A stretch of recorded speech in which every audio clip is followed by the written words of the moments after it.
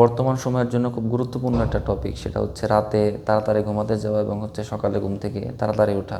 এই প্রবলেমটার সাথে আসলে আমিও বেশ কিছুদিন যাবৎ একটু ঝামেলার মধ্যে ছিলাম আর কি।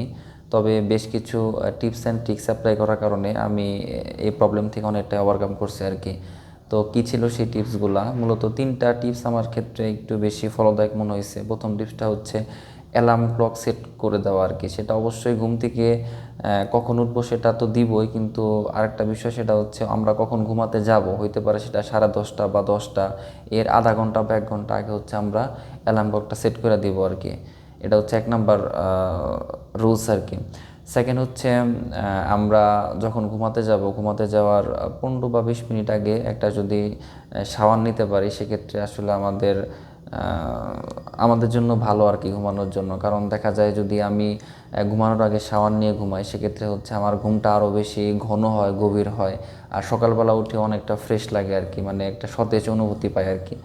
3 নাম্বার রুলসটা হচ্ছে কোনো একটা বই পড়া আর কি। সেটা অবশ্যই ফোনের স্ক্রিনে না। সব থেকে ভালো হয় যদি আমাদের কোনো হার্ড কপি বই থাকে, সেটা হতে পারে পার্সোনাল ডেভেলপমেন্ট এই বিষয় সম্পর্কিত বই আর কি। তো টিপসগুলো ভালো লাগলে অবশ্যই লাইক, কমেন্ট এবং শেয়ার করবেন। আর দেখা হবে পরবর্তী সময়ে পরবর্তী ভিডিওতে।